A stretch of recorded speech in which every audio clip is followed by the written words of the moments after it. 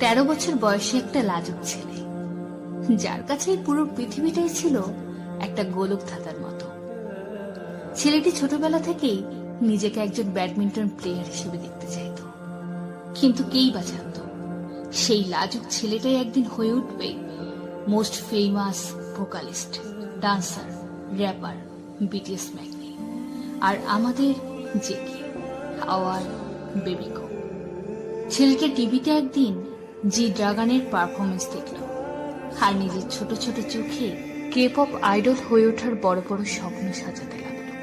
2011 সালে ছেলেটা সুপারস্টার কেতে অডিশন দেয়। ছেলেটা তার লাজুক স্বভাব আর আত্মবিশ্বাসের অভাবে সেখানে সেদিন সিলেক্ট হতে পারেনি, কিন্তু তার কাছে আসতে থাকে বিভিন্ন এন্টারটেনমেন্ট কোম্পানি থেকে অফার। ছেলেটা এর মধ্য থেকে বেছে নেয় বিগ হিট এন্টারটেনমেন্টকে। কি মনে হয় এত অফার্সের মধ্য থেকে ছেলেটা কেন বিগ হিট এন্টারটেনমেন্টের মতো ছোট একটা কোম্পানিকে বেছে নিল? হ্যাঁ, কারণটা হচ্ছে বিটিএস লিডার আরএম। আরএমের সাথে দেখা হবার পর এই ছোট লাজুক ছেলেটা নিজের উপরে যে ছেলেটার বিশ্বাস ছিল না, সেই ছেলেটা সেই বিশ্বাস, সেই ভরসা আরএমের ভিতর দেখতে পায়। এই ব্যাপারে আরএমও বলে, জংকুকের প্রথম দেখা সেই হরিণী কালো চোখ আমি আজও ভুলিনি। 13 বছরের সেই ছোট জংকুক যেন বিটিএস এর মাধ্যমে পেল তার নতুন এক পরিবার। ছেলেটার কৈশোর কাটে তার 6 বড় ভাই আরএম, জিন, জেহোপ, সুগা, ভি আর জিমিনের সাথে।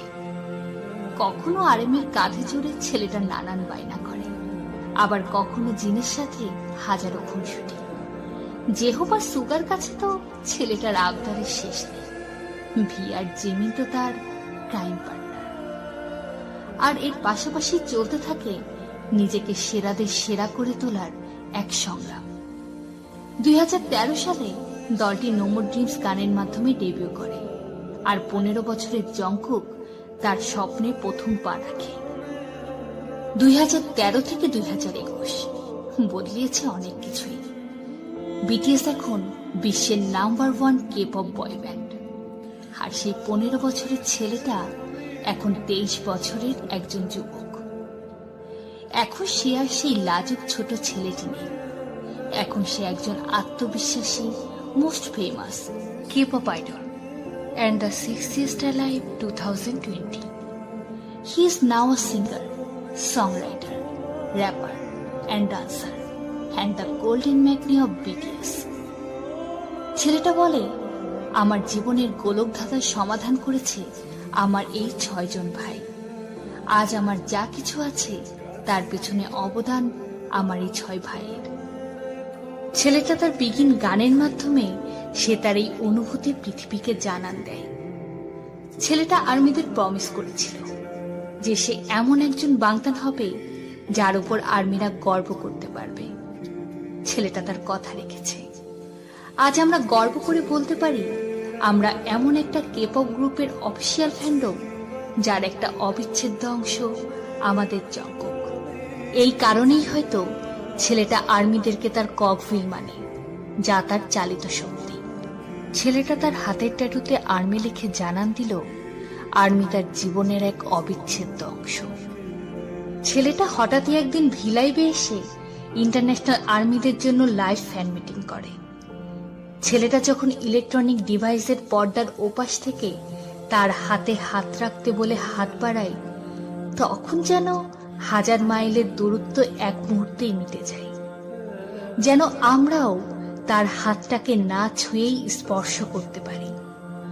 এই ছেলেটাই একবার কনসার্ট চলাকালীন হুইল চেয়ারে বসা এক আর্মির সাথে হাত মিলাতে স্টেজ থেকে নেমে তার কাছে গিয়েছিল।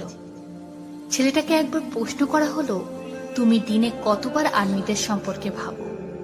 ছেলেটার উত্তর ছিল, আ কাউন্টলেস টাইম। করোনাকালীন সময়ে যখন সব ছোট ছোট ব্যবসা বন্ধ হতে লাগলো, তখন সেই ছেলেটি সেই ব্যবসায়ীদের পাশে এসে দাঁড়ালো।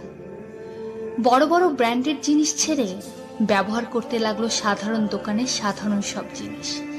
মুহূর্তে সোল্ড আউট হতে থাকলো সেসব জিনিস, যা এই করোনাকালীন সময়ে সেসব ব্যবসায়ীর জন্য ছিল এক আশীর্বাদ স্বরূপ। সত্যি ছেলেটাকে বিধাতা অনেক সুন্দর করে ভাবতে শিখিয়েছে, ভালোবাসতে শিখিয়েছে, আগলে রাখতে শিখিয়েছে। ছেলেটা তার নিষ্পাপ হাসি আর কালো হরিণী চোখের মায়ায় আমাদেরকে যেভাবে বেঁধেছে, আমরাও একইভাবে ছেলেটাকে নিজের আপন মেনে আপন করেছি।